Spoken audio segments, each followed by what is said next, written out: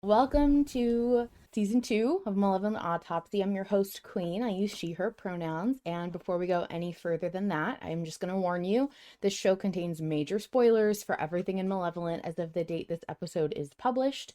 We're going to dissect the patron votes that drive the story week to week. So grab your scalpel and let's begin the autopsy. I am here with a lovely guest co-host today, my friend Vol Control. Welcome, welcome. Would you like to introduce yourself and tell me what part of Arthur's body you are in control of? Howdy, hello. I'm Vol Control. I use he, him pronouns. And tonight I am controlling Arthur's limbic system. Ooh, and for those who, and I know you haven't, for those who haven't played Disco Elysium to death and don't know what the limbic system is, what is that? It is the part of your brain that is the emotional nervous system. It regulates your emotions, memory, and behaviors. I love that. That's fantastic. And what a load you've chosen to take on for Arthur. He needs a helping hand, man. He's going through it. He's really going through it. Great. Well, thank you so much. And would you like to read out the chapter summary? I would love to. This was chapter 251, the first part of part 51. The chapter starts and we are immediately in it. The fire is dying, somebody is dying, and Lilith is coming for our asses.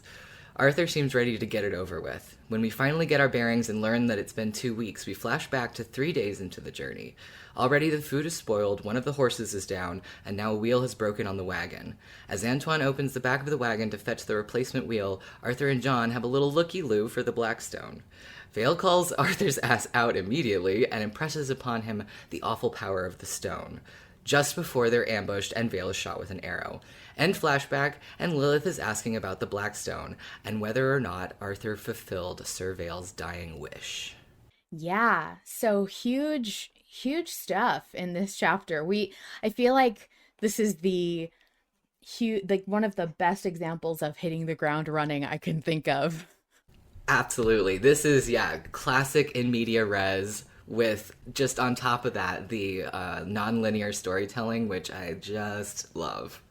Yeah, Seer of Time says, I honestly adored being thrown into the deep end this chapter. If this part is truly going to be entirely told through flashbacks, I am so hyped. Unique framing references are my jam. Sorry, yes. Unique framing devices are my jam. Yeah, I agree. Yes. I think everybody loves a good flashback. But I'm excited, especially to be voting and framing the votes in a different way. I'm so used to the vote having an immediate consequence, but really what Harlan has said is like, look, he makes it out alive. At this point, you can't kill him with the answer to this question. Sure, the answer to this question could lead to his death, but he's not going to die right now. Right. Like at the current moment, he is not dead. Right. I love it. And yeah, Roses of Envy says, us having no context to this vote really felt like a curveball compared to the past few votes we've had. Yeah, absolutely. Mizra says, we get the highlights of their journey and the important moments without actually going through 2 weeks of journey with them. Yeah, and I know that some might be disappointed, but for me, that's just a bonus. I mean, the fact that so much happened off screen, not only does that mean, for me, I'm thinking there's going to be a lot of surprises in store, because there can be a lot of things that you pull out of your back pocket, like, oh, they talked about that off screen. Or, right. That plan. I keep going back to season 4 and how Arthur made plans without me is how I like to frame it, because I was so shocked that he was capable of making decisions that I didn't know about. And I'm excited for more of that. Yeah, that was a real shock, because it was the first time that that's ever happened. And I was wondering how Harlan was going to deal with writing a lengthy journey. I was wondering how he was going to make that interesting. And I didn't even consider this option, and it's just brilliant. Yes. Now, I definitely want to go back to this. So I'm going to make this comment because I want to acknowledge how important it is. Maya.exe says, also, Lilith asking us directly, no Booth John, I got chills. But briefly, I will just say, to talk about it in a minute, there was no Booth John giving us our options for this vote. It's very traditional. It's normal for Booth John not to appear at the beginning of a part because there's not a choice that we have to have his judgment about yet. But usually the outro has him being like, here's the summary of the episode and the choice is simple, and do you do good or not do good or whatever. And where I was very used to that comforting presence of Booth John giving me my options, and he was not present. Somebody else was. So that was incredibly cool. My notes literally say, no, BJ, Scratch has taken over the recording booth once more. Yeah, there's been some historic incidences where Booth John has not been the person to give options. And I think it's worth noting that, first of all, Booth John does not appear whenever Kane is in the narrative. When he's been in episodes with speaking lines or he's about to show up, Booth John is mysteriously absent. That sometimes is because it aligns with the tradition of like the beginning or end of a part, but there were occasions where that was not the case and we did not get a vote, or Kane presented a question to us directly where his question was the ending of the chapter, and so we didn't get a Booth John. But it's still very notable to me that he was not the person to close. And then we also have all of the Butcher episodes, of course, because it was told from a different perspective. And then we have the other Vanguard votes. Right. And the Nightmare. Yeah, and the Nightmare. So, like, really historically, the only people who have replaced Booth John have been the Vanguard and Scratch. And here we are again with quote-unquote Scratch. And we have had our choices kind of commandeered. Yeah. But it's okay. Hydra says that BJ's just on vacation in Miami, and Bird says that he's kayaking. I'm sure he's just taking a well-deserved vacation. If Harlan won't take a vacation, at least Booth John can take a vacation, right? Yes. Yeah, absolutely. Autumn says, yeah, Queen, can I please tell you about my crack theory that has actual evidence? Booth John is a part of the King in Yellow that somehow touched the Greystone and got Kane's reality-hopping knowledge, but has none of the power, so he just narrates and watches and can be booted out of the job by those more powerful than him. I love all of the crack Booth John theories. That's great. I think it's really cute and fun. I love that. Yeah, Mizra says usually whenever Arthur encounters another eldritch god like the King, Horig, and Scratch, Booth John goes missing or glitches, which is really interesting. Yeah. So let's talk a little bit about the episode that was absolutely wild. Yes. Some of our notes absolutely overlap, too. Yes, they're like the exact same. I mean, just right out the gate, it's so atmospheric, and I didn't really pick this up the first time around, but some people have mentioned that it seemed like things were a little tense between John and Arthur. Yeah. I thought that was just like they were both tense and both just like girding their loins for what's to come. But when I listened to it again, I felt like I did kind of get this note of bitterness from Arthur. And again, that could be directed at Lilith, but... No, I totally get it, because what perked my ears was I can hear. And whenever Arthur gets in a mood, he tries to, like, point out to John, you don't need to describe sounds to me, you idiot. I can still hear. And, like, John's like, I'm just trying to be a good narrator, okay? Yeah, no, definitely. He gets snippy. Yeah, I think it could be either one. I think it could just be the tension between them, or, you know, what I think is more likely is that they disagree on how this...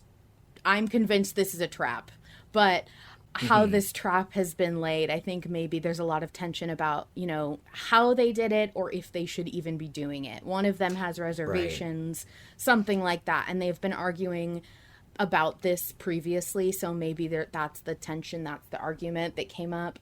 But I did get that. I mean, leading up to this, they have been somewhat in disagreement about who to turn over the Blackstone to, or whether to hold out hope for the secret third option. And so, yeah, I definitely think that there's a possibility that they're still at odds, or, you know, have reached different conclusions about what their options are. But I did hear somebody, I have it somewhere in my notes, somebody mentioned that they wonder if during these 2 weeks, John has had to come clean about some of the stuff that happened in the dark world. Yeah, yeah.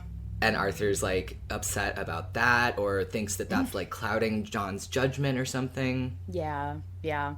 I wanted to read a couple of comments here because they get to a thing I wanted to talk about that I know that you have in your notes too. First of all, Key Raven says, I adore how jaded Arthur has been this season. He's so done. Yes, we love a Yes, jaded, yes. completely done Arthur. Roses of Envy. They were tense. I personally think it's because they're stressed. There's something there, but I'd love it to be a trap because his little come on, when Lilith was getting closer.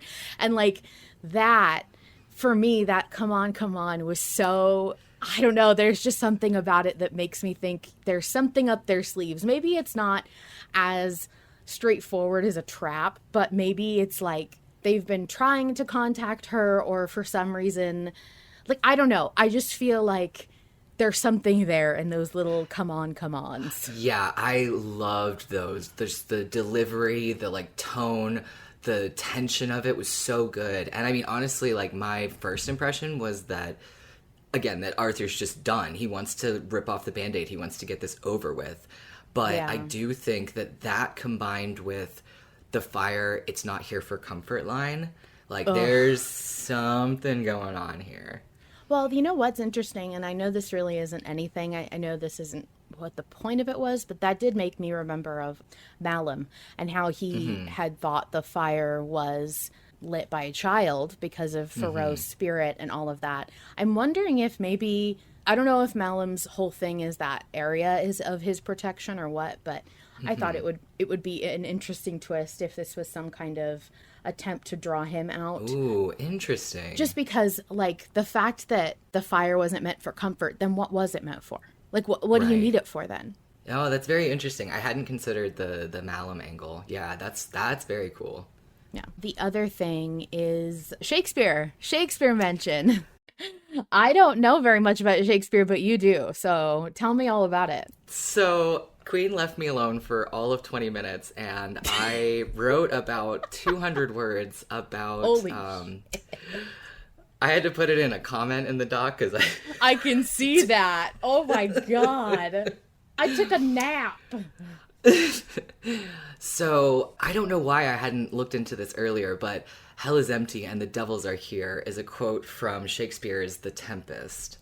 So just a brief overview about The Tempest, because I wasn't super familiar. I haven't actually read it for, you know, front to back. I haven't seen it, and so I had to do a little bit of research, and I did a little bit of looking into the specific lines that are part of the scene that this line comes from.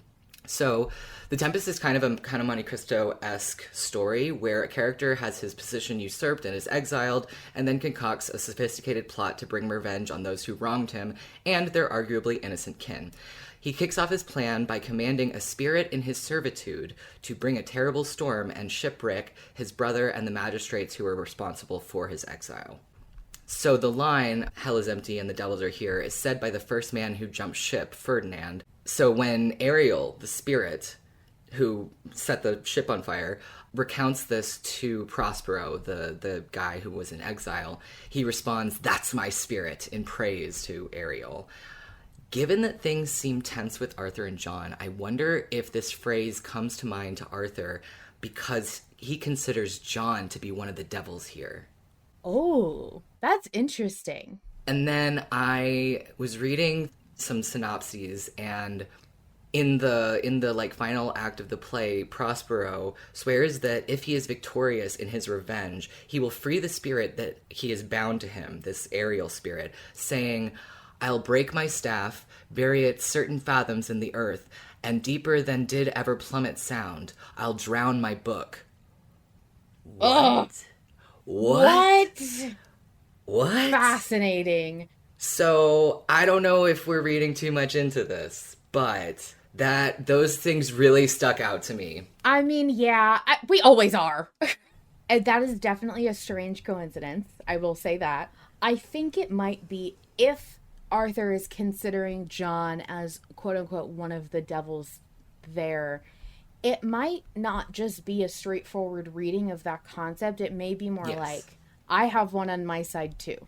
Kind of the vibe of, I'm going to fight fire with fire. I mean, we don't know what took place in these. It was over 2 weeks. It was 2 weeks and a couple of days, I think. Because he says that Lilith has been taunting them and torturing them for 2 weeks, but that she attacked on their third day, I think. Correct. So I think it's very much like, we don't know what John was talking about with Arthur, not just on these 2 weeks, but in Castle Carringford and the time that they took to recover. And they read books, that they had that experience of being able to get Yorick adjusted to people, I guess. So that was cool. I think there is something there, but I don't know. I think we're gonna get more clues. I really hope that the next chapter we get more weird tidbits like that. I mentioned to Vol when we first listened to the episode that we had the code phrase from Invictus. I'm trying to remember. Yeah. In the fell clutch of circumstance. Yeah. Yes. Okay. So they once had a code word that they were going to say in the fell clutch of circumstance, and this sounds very much like a code word that Arthur is trying to signal. I'm very interested to see if that was supposed to be some dramatic code phrase. I think that would be interesting. Cool. Yeah, that would be really cool. And thank you to everyone in the chat who appreciated my red string Shakespeare theory. I got really excited. Yeah. No, I don't blame you. Okay. So, do we think that... I mean, we know that Lilith is responsible for the horse going lame and the food spoiling. Yeah, Fish mentioned above that she said she didn't attack them, which... Right. I wondered if maybe she's splitting hairs and being like, I didn't fire that arrow. And it's like, yeah, bitch, but you, made that happen. Yeah. I think that she is in on way more than she's going to admit to. I think she's playing around with him. She knew that he was going to attribute that to her, regardless of whether or not she was responsible. So, who knows? I do think it's interesting that she chose to come to him as Scratch.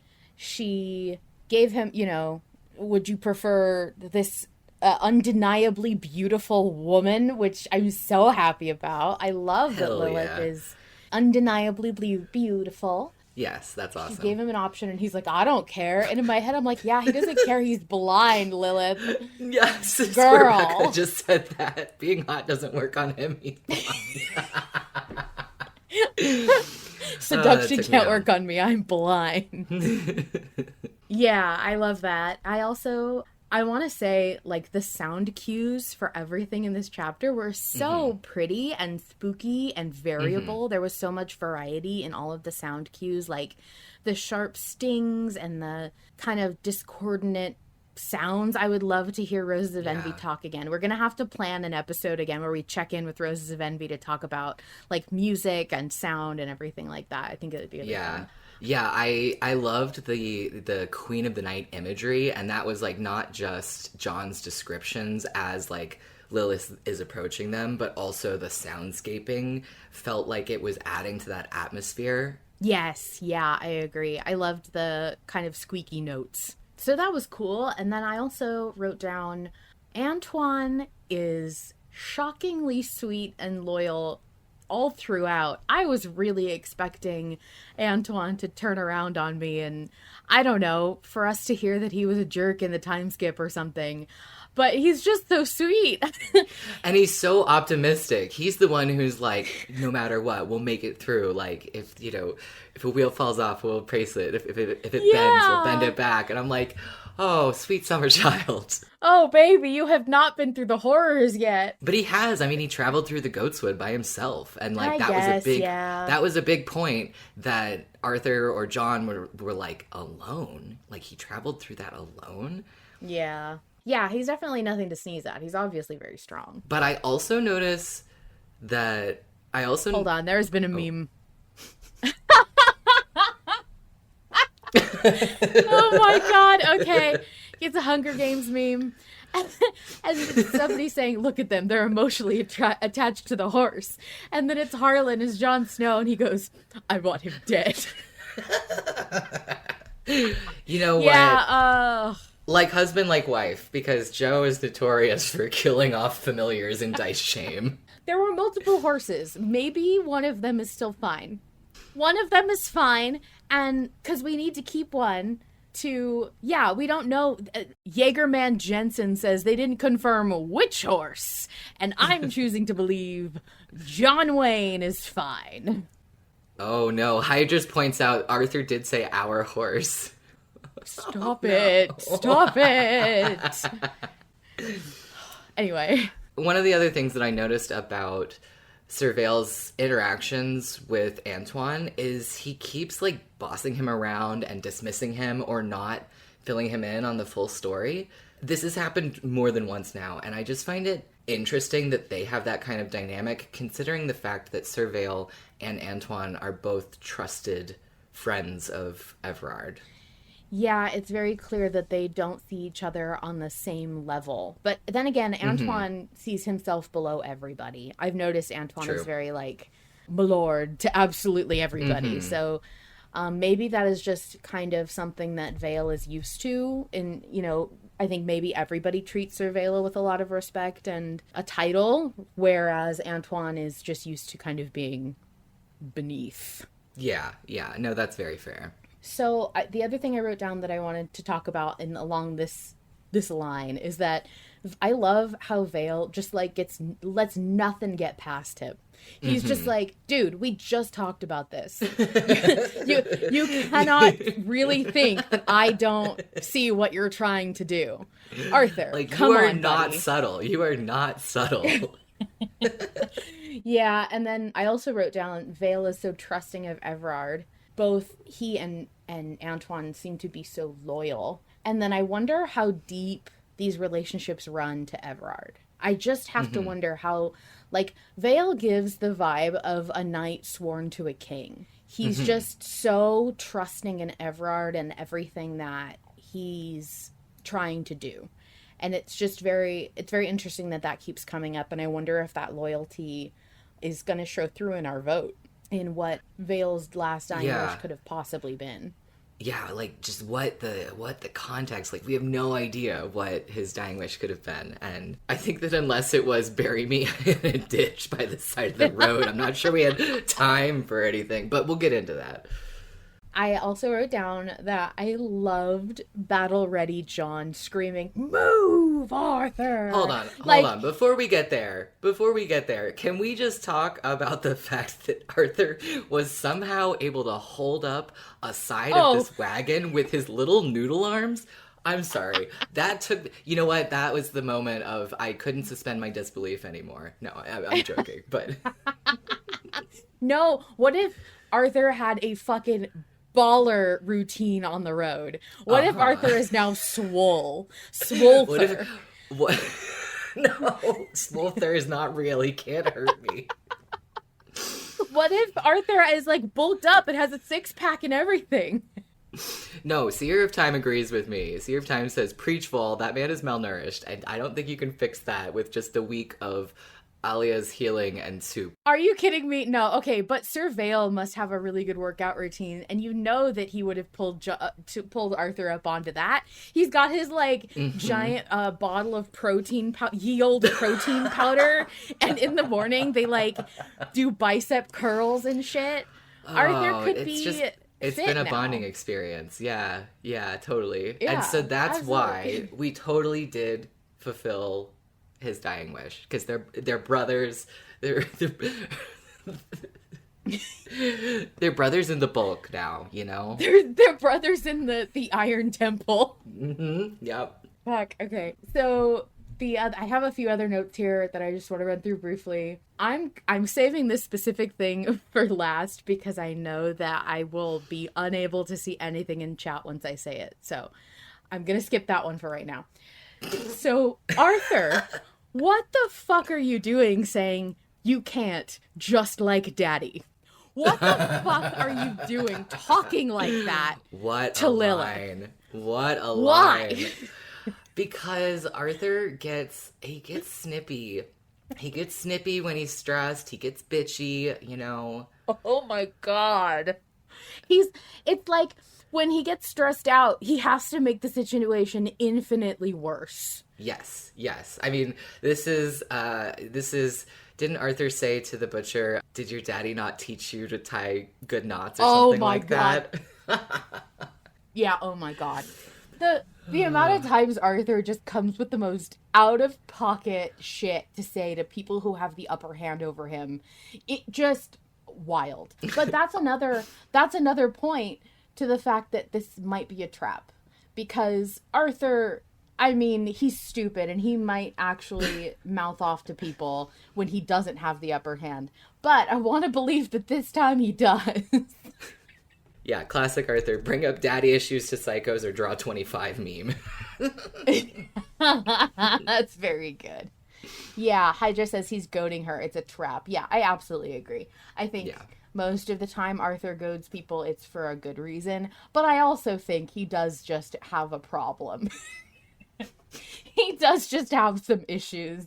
But it does seem like it might have worked, because I know a lot of people were speculating about Lilith's answer, or Lilith's response to that, being to poke and prod at Arthur about Vale's dying wish. And even before she says that, John says, for the first time her eyes flicker. I can't read the expression. And I find that interesting. Yeah, I do too. I think that was another attempt kind of sort of with the butcher when they were faced off. Yes. And he was poking and prodding at all these vulnerabilities, trying to see which one got a rise. And I think that was another attempt at doing this. So very interesting. Now, I will just come out and say it. Surveil was very clearly describing Grinners. Yes. Terrifying concept. We all kind of knew when Everard was describing it way back when we thought he was evil, that this was a Grinner thing, and to hear Surveil get more in depth with it and reconfirm that was the issue. Very interesting. Also have to wonder how Arthur would deal with that, if John would be affected, if how does that work when you have a guy in your head? Well, I found it really interesting. You know, we get this wonderfully gruesome description about their, lips being peeled back, carved away as the madness consumes them. But then Vale also mentions, and yet they are still themselves. And I know that the lore masters have explained to us that the Grinners are still, technically themselves, but driven by, their most base desires to the absolute extreme. But I just found it interesting that Surveil included, and yet they are still themselves. Yeah, because I think it's less creepy if somebody just goes out of their mind nuts, because they're not themselves, and you can very easily distance what you know versus what they've become. And to retain your base personality and just amplify a part of it sounds traumatic in the worst way. It's not just like a mindless zombie thing. Yeah, it's almost like your evil twin. Yes, yeah. With a big Joker grin. Yeah, Grinners are just jokers. I don't know how to tell you. Nikki says, I think they'd each have to make their own will saves. Yeah, I guess they would. I don't know how either one of them would hold up, really. It's another John versus Arthur vote. Sorry, y'all. Oh my god, don't even joke. I don't know what we would do. Okay, do we want to move into the vote? There's one last thing we have to talk about before the vote. Okay. Where's Yorick? Yeah. Where's the boy? Where's Yorick? We didn't hear from Yorick. I'm pretty sure he was just being told to pipe the fuck down. I want to believe that that's what the case is, because it's normal that Arthur tries to not have him speak in moments of serious plot movement. Yeah. But it is creepy that, I mean, she knows that Yorick's there if he is there. You know what I mean? Yeah. Square Becca says Yorick is on sabbatical. He must be on vacation with BJ. They're just having a little jaunt, little boys weekend. Hey, there's a ship out there. There are people who have been talking about the Vanguard and Booth John. And the very small corner of the internet will be screaming to be acknowledged. But I know you. I've seen the dark heart of you. Alas, poor Yorick. Alas, poor Yorick. Okay. I am going to say that we should move on to the poll because... We should. Oh boy. Yeah, it's been rough. The poll for this week was I did versus I did not. Right now, the poll stands at 340 votes total, and the ratio is currently 64% in favor of I did, and 36% in favor of I did not. And with the helpful use of the Patreon vote counter extension, we know that I did is 218 votes, where I did not is 122 votes. So pretty huge leap between. I know that I've seen some people in poll chat saying explicitly that they are voting for the loser just because they want the ratios to be what they call the golden 60-40, which is very funny because 60-40 means that there's the biggest potential for a flip. And it is kind of people feel safe enough that they may not look around, but people are also on edge enough that they may vote or debate to try and flip people. So yeah, 60-40 is kind of where there's a large amount of us that have an agreement, but there's still enough people where it could flip. So I think, however, that this one is so hard to talk about without being shut down by somebody else in a decent way, not in a mean way, I doubt that we're going to flip. I think it's just going to be I did. But what was your take on this, Vol? Well, when the poll first drops, I think I've said this before, oftentimes I have no gut reaction, and I just poke my head into poll chat and just see the chaos, see what's going on. And then after the first day, I'll go read over Slow Poll and kind of weigh both options. But, as I start reading Slow Poll, I realize kind of what the answer is in my heart, where I already am leaning. And I think that I was leaning towards I did not, because not only did I find it sort of the more interesting answer, given what little context we have, but also Arthur Lester, that baby can carry so much guilt, and it almost feels like character appropriate that he would fail yet again to do this thing, possibly with the intention of having wanted to do it. But that's the other thing is, like I said earlier, I'm not sure that he's had time to fulfill his dying wish. Like, it might not have been a want to versus didn't want to. It might have been was not able to in the time allotted, especially with Lilith maybe breathing down his neck or making things difficult or, tying his shoelaces together or whatever she's doing to hinder his progress. Right. I definitely, I had a gut instinct. I had an after being in poll chat instinct. And then I had okay, what am I really going to vote for? So I really went back and forth several times, but I landed on I did, which would probably surprise you if you looked at poll chat because I was arguing really hard for I did not. Yeah, you were. I did see that. Yeah, the soft, squishy part of me that would play this game and pretends that I'm in control of Arthur would pick I did because I want to be that kind of person. I want to think that that's a good thing and that that's what you do. And, I want to think that, like, my character's gonna honor whatever it is, and how bad could it really be? But the very skeptical player in me who's voted in Malevolent before and been wrong and been right and been confused is still very strongly on the I did not side, because it just feels like such a trap for me to agree to something that I have no idea what it is. I hate that. I don't like agreeing to things I don't know anything about. And so it's really hard for me to reconcile, like, what I want to be the truth and what is the truth. And having to vote on it is so hard for me. I think this might be one of the hardest votes for me. Yeah, and, we've talked about this before, that it's never, like, a given thing that Harlan is always going to sort of, pull the wool over our eyes and put forth what seems like an obvious answer, but actually you need to pick the Yeah. opposite. That's not always the case. And Right. so I think that that is one of the cruxes of the debate for this one, is whether or not we're making a choice for sort of Arthur's will, his loyalty, or if we're making a choice for Arthur's guilt or his inability to complete the task. Or, there's so many Yeah. factors. Right. And it's been pointed out, I should mention that the way that this question is phrased, so the circumstances that we're in imply that the person dying in front of us is Antoine, not Vale, because Vale is already dead and Antoine is not dead yet. I mean, that's the assumption. Male pronouns means it's not Aaliyah.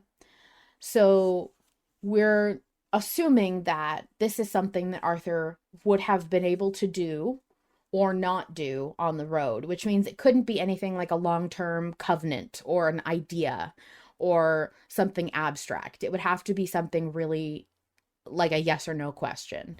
So it Yeah, can't be anything crazy like never give up hope or don't give the black stone to Lilith or any of that. So right. I don't think it's anything like that. I do think, depending on what it is, it could still be bad. Just Yeah. because it's not related to a big overarching idea doesn't mean it couldn't be bad. And that is my biggest hesitation with agreeing, but I am voting agree. So I'll bite my own hand, I guess. Some of my favorite nonsense from poll chat was people speculating unseriously about what his dying wish was.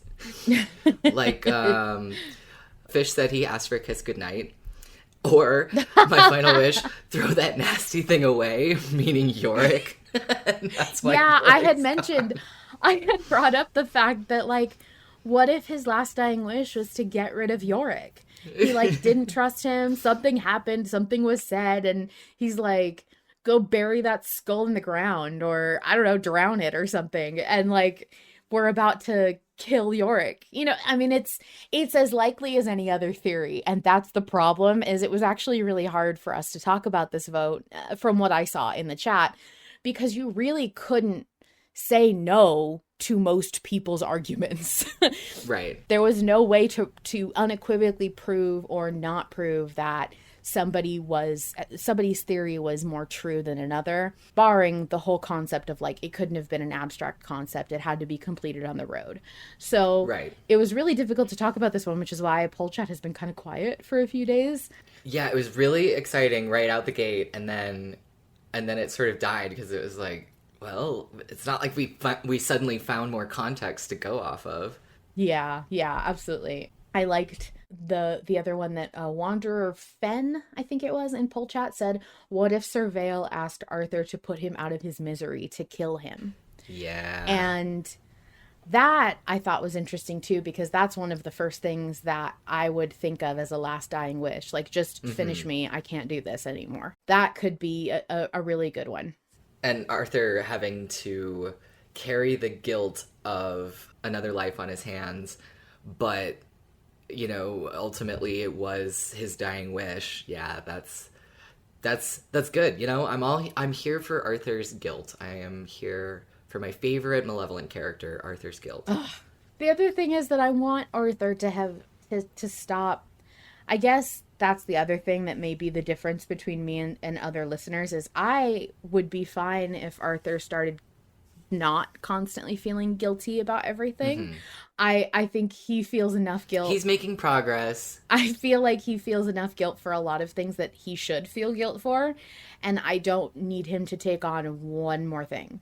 That being said, it would be totally like, it would totally fall in line with him and his character, and I would not be disappointed. I do think that Lilith understands how Arthur feels about everything to the depth that she does, because of the interaction with the nightmare and all of that. Yeah, And I think yeah. she understands that she's needling him about very specific hurts that she knows will get to him, because she's seen and felt what he has those feelings about. So she really has all the ammunition. She knows how to get to him.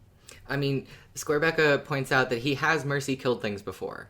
But Yes. I think another interesting thought about what his dying wish might have been, Autumn mentions that he might have asked to not be revived by the talisman because we still have that, but it obviously hasn't been used. I guess we don't know if we still have that. Yeah, we have no idea what happened in those 2 weeks. They could have nothing. That's the other thing. It's not just that the theories about what this dying wish could be, it's that the last like 2 weeks are a complete mystery to us. So we are Yeah. genuinely voting super blind right now. We're literally creating these 2 weeks, and that is so exciting for me. It's exciting and it's a lot of pressure. Yeah, sure. I want to just point out really quick for public listeners, we see all the reactions to the chapters or the full part when they come out, and people making observations about why would you do this, or I can't Sure. believe this happened. And sometimes it happens to be a vote that is being commented on, and it's like, you don't understand. We didn't have the full part. We didn't know Yeah. this is how it would go. Yeah, Mizra says it's such an awesome way to hit the highlights of the journey and build tension for the current confrontation with Lilith as we go back and see what leads up to it. And I completely agree. Super excited to be part of an interactive, non-linear story. Yeah. That's Yeah, rad. it's very exciting. So I want to say it's so important, and this is why Malevolent Autopsy was made in part, a large part, because we are doing something that nobody can ever do again, and we have the benefit of a lack of knowledge. Yes. Like, most people would say that the more you know, the better you can do. But I think with Malevolent and the very specific way that we get to interact with it as voting patrons, we have the benefit of this adventure that feels like a community involved project that we're all building together in real time. And never more has it felt like that than I think these votes, where Yeah. we genuinely just have no idea what we're doing, and we're going to hit buttons, and hopefully we all agree and it goes right, but we don't know anything. Whereas everybody else who's listening to this and is not a patron will just hear the rest of the story, which is a fine and a totally great way to listen to Malevolent. It's just that we have such a unique privilege to be able to impact the story this way. And I think everyone's really feeling that excitement and that Yeah. adrenaline. But I do think that it's going to be very interesting to see if this whole part is just a conversation between Arthur and John and Lilith, and we're talking about the last 2 weeks, or if this is just a very short snippet of a part that is going to contain more, where we like open up more and more of the last couple of weeks through other conversations or other interactions, the way that we kind of did with when Arthur was recovering after dying, where we just don't really ever go back over some of that. Like, I'm sure there's going to be a large portion of these 2 weeks that we never get to know anything about. Yes, I completely agree, but I do think that we are going to, like Mizra was saying, that we're going to get the highlights of the past 2 weeks in, I mean, I imagine 5 different scenes. I think that each chapter of this part is going to have a different flashback scene. That's what I foresee. Interesting. And how many, I'm so fascinated by, I wish I could make sure Harlan was documenting the process. I know he's probably not, but like, I'm so fascinated to know how much is prepared right now. Like, how much of this is ready to go, because if we, depending on what we choose right now, this did or did not fulfill a person's last wish, that could be 2 lines are different in the next chapter. That could be 2 lines are different in the next chapter, but the whole next 3 or 4 parts are different because whatever we did is a deep impact. Or that could be like almost nothing is different. I don't know. And that's crazy. What I think we are going to see for the rest of this part is, because Surveil is already dead. Like, that's already happened. So we are not deciding whether or not he lives or dies. He's already dead. Right. Alia said she was going to be the first to die. So we can safely assume she's already dead. If it's Antoine who's lying before us dying, then something has already happened to him to bring him this close to death. So what I foresee is, yes, our answer here is going to impact how Arthur feels, and possibly the consequences of fulfilling or not, fulfilling Sir Vale's dying wish. I think in the next chapter, we're going to have a vignette about what happened to Alia. And then I think in the next part, we're going to have a vignette about what happened to Antoine. And then we're in the end game of the part. And maybe there won't be any other flashback scenes, but that is what I foresee. Yeah, I can see that. I also want to briefly I'm looking over the pull chat snippets that you wrote, and I really liked. Some people were asking about calling on Danny's mom, the Oracle. I did want to bring that up, yeah. Yeah, I think that it would have been interesting to have her insight, but I also think, I don't know, maybe Danny might not be, I can't tell, but I think Danny may not be asking her mom about more votes because she's just would have to catch her up on so much. Well, I did see what Danny had to say about this, and Danny said that yes, she had a lot she would have to catch up her mom on, but also that she felt like maybe the Oracle's time had passed because of the number of voters that we have and our ability or lack thereof to do big flip campaigns, because we don't have necessarily the numbers needed on the Patreon where Danny's mom, the Oracle's word, would have a great effect. I mean, that's Danny's opinion. I still think we could. I'm very much on the side of the fact that, like, why wouldn't you get the opinion if you could use it? But at the same time, like, if I were Danny, I wouldn't want to do it. So, like, I totally get it.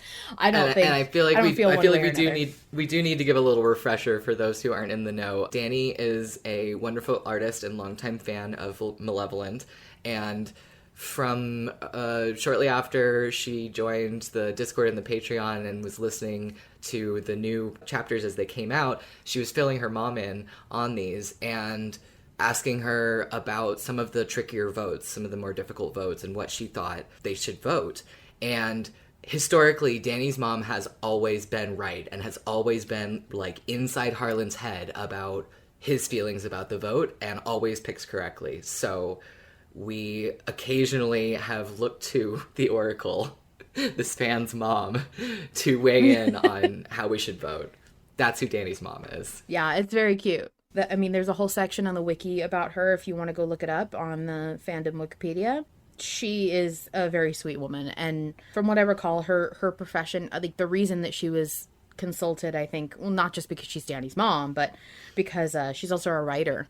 So I think there was some consideration for, like, you know, how the narrative devices feel to a writer and how different it would be. But Harlan thinks it's great and thinks it's really fun that Danny's mom is always right. So yeah, we all were leaning on that a little bit back and forth when I first started being a patron with Vol. But yeah, I feel like we've used it sparingly and only in times of need. But yeah, this was one that I would have been so interested to hear Danny's mom's take. Yeah, that would be cool.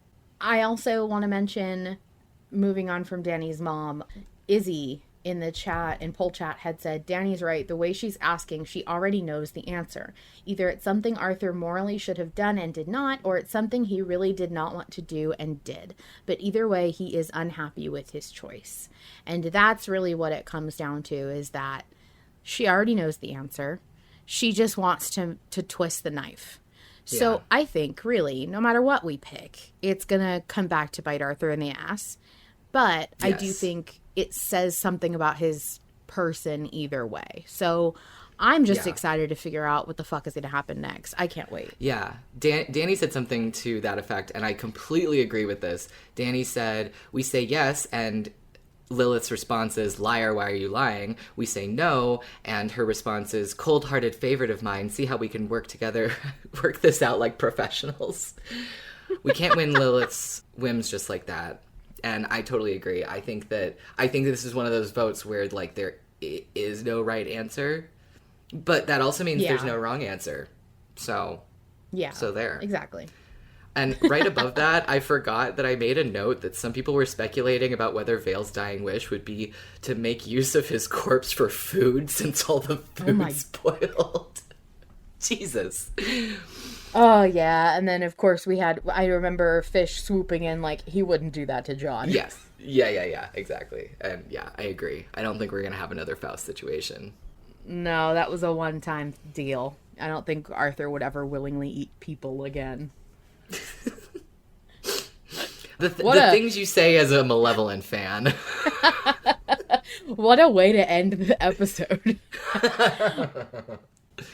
Yeah, I think I'm excited to see what happens next, as always, and Yes. I am really hoping that our next vote actually gives us more to talk about. I will be Yeah. very sad if it doesn't. You don't like these contextless votes. I don't. I don't like the contextless votes because there's nothing to argue about.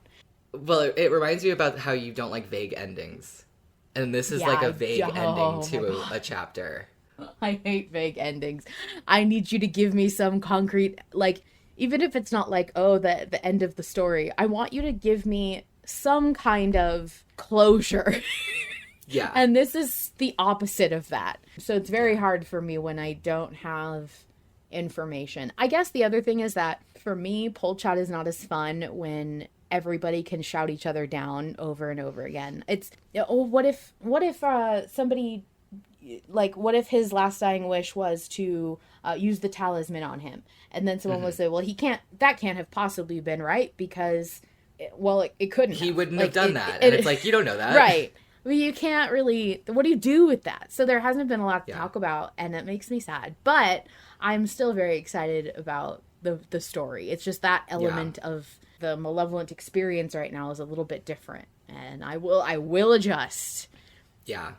Yeah. There is one last consideration when we are in a poll and we don't know what to do. We could go either way. You know what we got to ask ourselves. What What would would Charlie Charlie do? What would What Charlie would do? Charlie do? And I'm glad you brought this up because I was trying to find a way to segue before the episode ended. I have to say, like, I brought it up that Charlie is a smart man. He's a clever boy. I think he's probably a better detective than Arthur. And I only think that because of how much more seasoned he is. That's not a commentary on how smart or not smart Arthur may be. I just think Charlie has done it longer and has seen more. I think that he has a very good heart because he's a good man and that he would have honored a man's last dying wish. Yes. However, I think he would be smart enough to know when not to. And so Sure. for me, this what would Charlie do didn't really help me because I could still see it going either way. Autumn says, no, he would absolutely honor Vale's dying wish. He literally waited 2 years for Arthur because a frogman told him to. That's totally different. Totally different. Completely different. That's not even on the same level as me because I'm sorry, but the frogman in question did him a huge favor and he owed that frogman. That is a completely different situation from a man's last dying wish, okay? Second of all, Charlie had a stake in waiting for Arthur because he really thought Roland was going to be in there. And so Charlie so Roland. yeah. And so there's no way in hell that you can even put those on the same level for me because Arthur, first of all, doesn't know Vale from Adam, okay? He just got on the scene. I don't want to start saying that Arthur would fucking throw down for Vale. The other thing is that there's no element of like third party here. It was just Arthur deciding whether or not to do something for this dying guy. I think in that circumstance, gut instinct would be, of course, Charlie's gonna fulfill a last dying wish. He's a loyal, good dude. Okay, And a veteran. I feel like a guy's dying last wish and a veteran. is like, yeah. Yes, that's very serious shit. for him. But I want to say right now, and everyone keeps missing this. The last dying request isn't guaranteed to just be like, oh, I want you to say my burial rites. It could be something super fucked up. And do you think Charlie would still do it? Like, you really have to think about the fact that this last dying wish is so vague. You need the context. You need to know what. Okay, Autumn, I don't need you to at me and say he has known Vale for longer than he knew Charlie. That was uncalled for. Look, and they went through some stuff that I know about. And I don't know what Vale and Arthur had to go through, but it was nowhere near as deep, serious, and intimately bonded as what Charlie and Arthur went through. They may have only known each other for a short time, but their bond was much, much deeper and more serious. Like, does Vale know about John? I highly doubt it. I highly fucking doubt it. There's absolutely, I'm sorry, that just doesn't, no. Okay, anyway, sorry. We have gained a listener during the Charlie rant. Anyway, so what I was saying was, you have to remember that this vote is so much more complicated than it seems, and I think Charlie and Arthur are so similar, like they're meant to be almost parallels, that I don't think it's really any different. I think sure. The way I feel about how Arthur should be acting is the same I would feel about Charlie, because I think they have a lot of the same qualities, and I think they are very in sync in terms of like loyalty and that emotional connection to something like a person's last dying wish. So if I were voting and I were thinking about Charlie, it would be the same as if I were thinking about Arthur. So that being said, I am still voting I did. This is one of those votes that not even what would Charlie do can help us. Not even what would Charlie do can help us. But I will say, I do think there is still promise for him to swoop in. Maybe this plan involves waiting for Charlie to show up. I'm just saying, it's as likely as anything else. You know, you're not wrong. You're not wrong. Maybe they met Charlie in the 2 weeks. Maybe they met Charlie in the 2 weeks. Okay, I'm cutting you off there. I'm cutting you off there. We have to end this. Okay, fine, okay. But yeah, this week's vote has been tricky, and we'll just have to see what happens. I can't believe I didn't think about that earlier. Oh my god. What if they did though?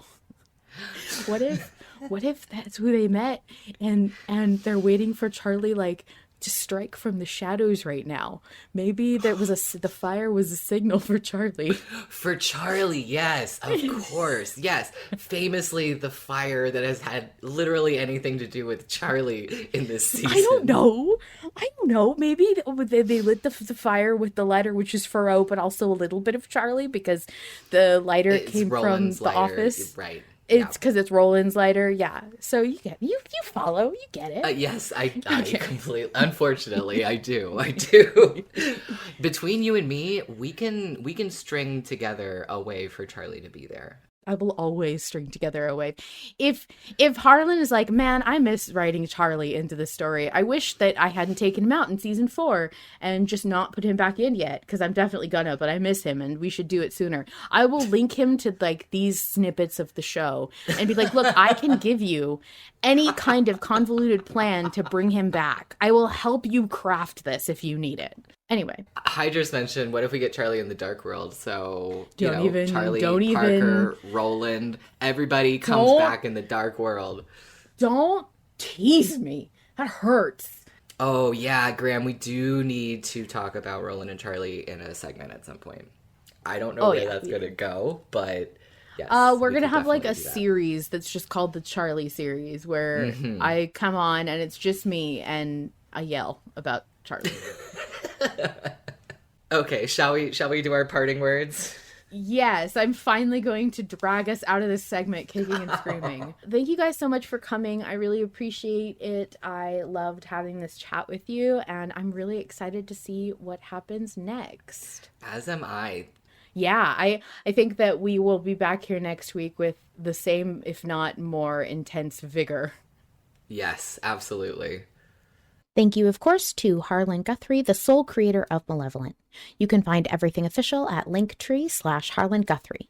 Without his labor of love for a story he wants to tell, we wouldn't be here. And speaking of here, if you want to be part of the live vote chat I record each week, join the Invictus Patreon and connect your Discord account. We have our own private patrons-only autopsy channel. If you want to chat with me and maybe even some other folks you hear from on the show, you can also find a public autopsy channel from the Invictus Discord so you can hang out even if you're not a patron. While Malevolent Autopsy is my pride and joy, it wouldn't be ever improving without some key players.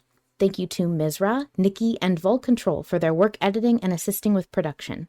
They do so much for the show, and they do it all as volunteers, and I couldn't be more grateful. To submit a voice recording, have your message read aloud on the show, or find us on other platforms, visit linktree/Malevolent Autopsy. Let's hear from one more Malevolent fan before we finish this week. Hi there, this is Scotty. My pronouns are she, her, dude. When everything feels insurmountable, when life is filled with loss and grief, is something I desperately needed to hear. Arthur's hope sparked hope in my own heart and has carried me through some of the most difficult times in my life. I'm immensely grateful that it found me when it did. I'm your host, Queen, and I'll see you next week.